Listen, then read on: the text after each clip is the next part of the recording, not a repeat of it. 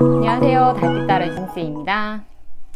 선생님이 오늘은 내 인생의 스프링 캠프라는 책을 가지고 왔습니다. 이 책은 청소년들에게 추천을 하고요.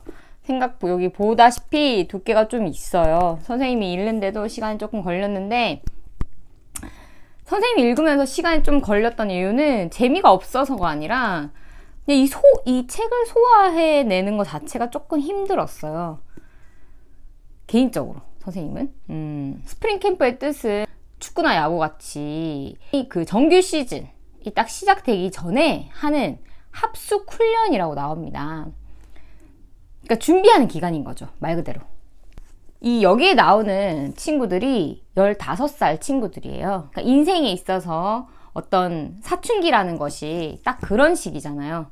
아이도 어른도 아닌 상태, 즉 어른이 되기 위해서 준비하는 그 시절에 그 사춘기의 혹독함을 이 친구들의 그 짧은 여행기로 그려내고 있는데요. 그 여행이 엄청나게 스펙타클합니다. 여기에 준호라는 작중화자 인물로 나오는 주인공과 그 다음에 정아, 그 다음에 승주, 그 다음에 할아버지, 그리고 개 한 마리가 나와요. 이 개 한 마리는 처음에는 선생님은 이 개는 도대체 뭐야? 얘는 이제 곧 나가 떨어지는 애겠지라고 생각했는데 끝까지 함께하는 그 4명의 인물만큼이나 중요한 주인공입니다. 자, 이렇게 5명의 인물이 그려나가는 모험 이야기인데요. 각각의 캐릭터가 당연히 연관성이 없습니다. 각각의 캐릭터는 어떤 공통적인 요소가 없어요. 왜냐하면 이들 셋이 친한 인물도 아니고, 더군다나 이 할아버지는 이들과 그 어떤 관련도 없는 인물이에요. 이들의 공통점이라면 같은 동네에 산다는 거죠. 이 책의 이제 배경부터 이야기를 하자면, 이 책은 80년대 광주 사태가 직접적인 배경은 아니고 그 배경을 가지고 규환이라는 인물의 형이, 주환이라는 형이 나오는데, 당시 학생 운동의 대표적인 인물로 나오는 거예요. 이제 경찰에 쫓기는 인물이죠. 그래서 이제 망명을 위해서 규환이가 신부를 맡게 되는 거예요. 형에게 줄 여권이랑 돈 같은 거, 이제 기본적인 서류들을 형한테 전해주러 가야 되는데, 규환이가 불의의 사고를 당합니다. 그래서 몸을 움직일 수 없는 처지가 돼버려가지고 절친한 친구인 준호에게 부탁을 하는 거죠. 자, 그렇게 이제 준호가 떠나려는 차에 승주라는 인물이 붙게 되고, 정아라는 인물이 붙게 되고, 이 할아버지 그리고 개까지 붙게 되는 거예요. 이 5명이 섞이게 되면서부터 사실 좀 답답했어요.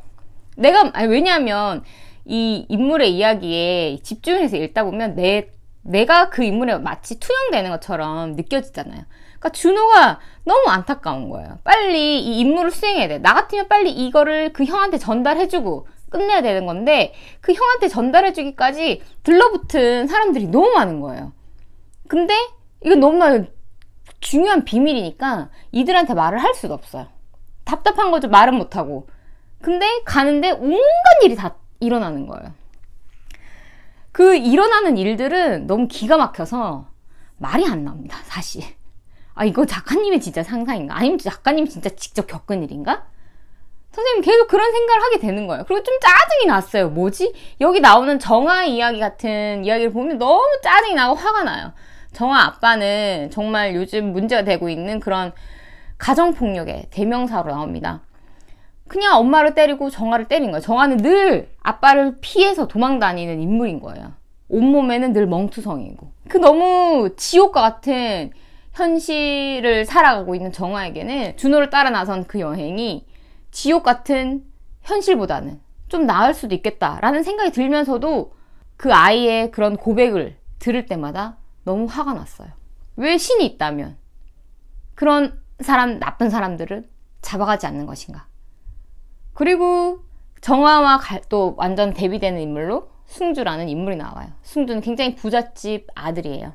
엄마가 너무너무 귀하게 여기는 탓에 오히려 그것으로 인해 괴로워하는 인물로 나오는데요.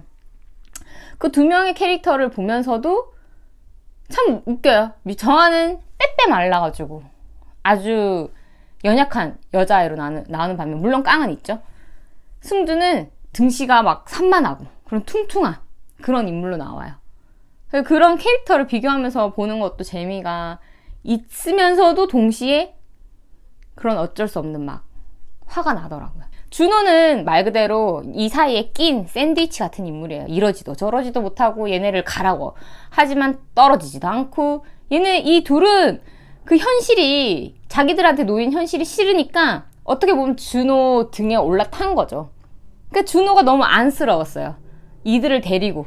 근데 준호가 의지할 만한, 이 할아버지도 처음에는 의지할 만한 존재가 전혀 못 돼요. 그러니까 준호는 이 미친 개랑 정아랑 승주랑 약간 정체를 알 수 없는 이 할아버지까지 등에 인 채로 준호가 이거를 막 이고 걸어가는 듯한 그 모습에 처음엔 너무 답답했어요. 이야기가.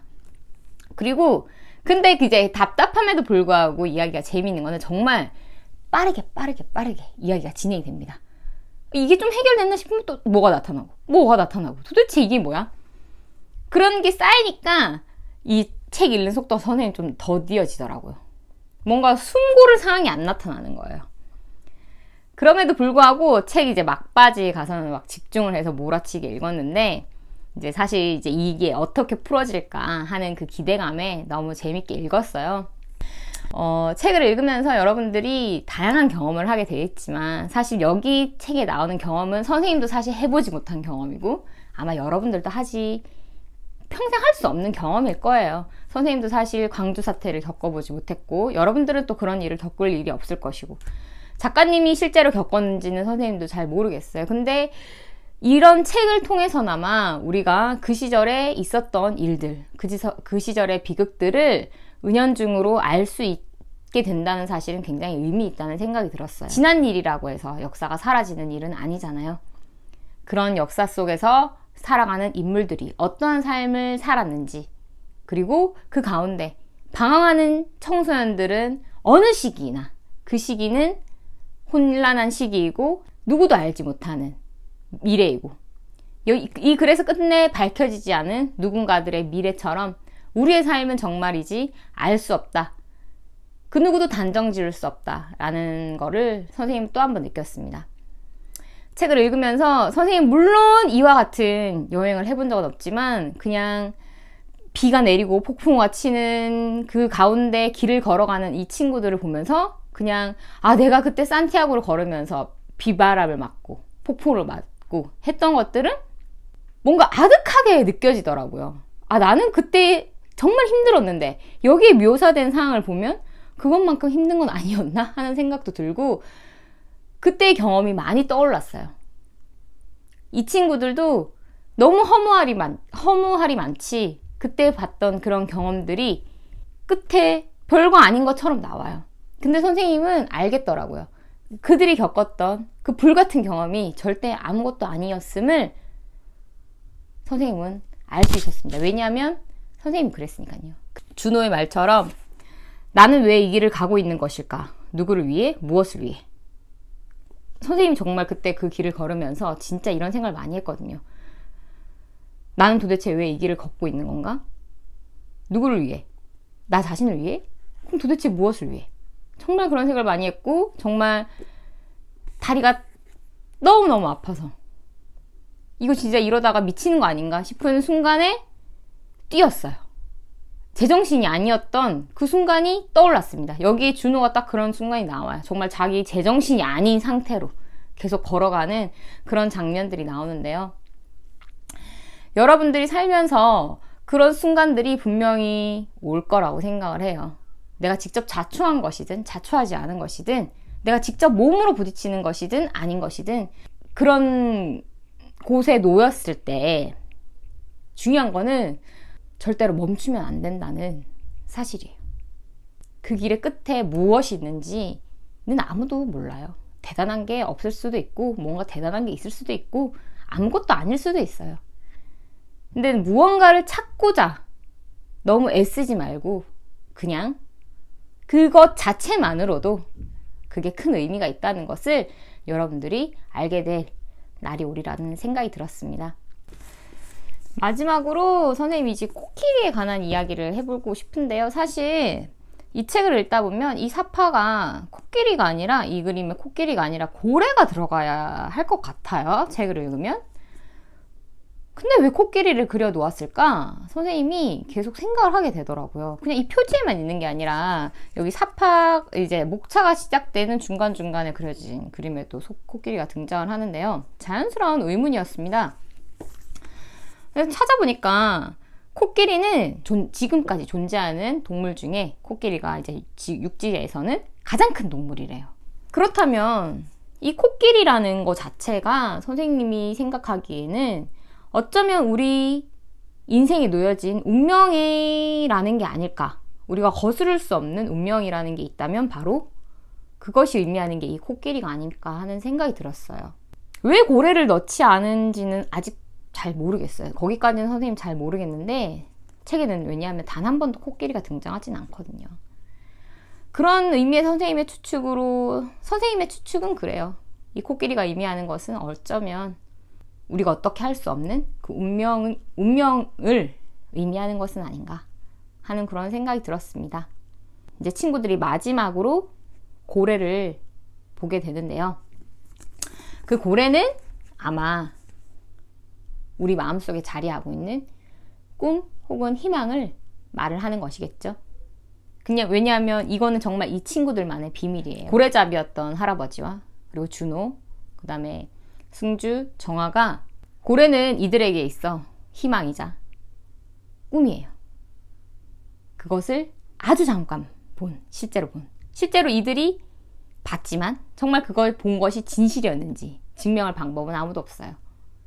하지만 그것은 이들의 마음속에 영원히 남아있는 것이죠. 여러분들은 또 그런 고래를 마음속에 늘 품고 살기를 바라며 책책책 오늘은 여기까지 하겠습니다.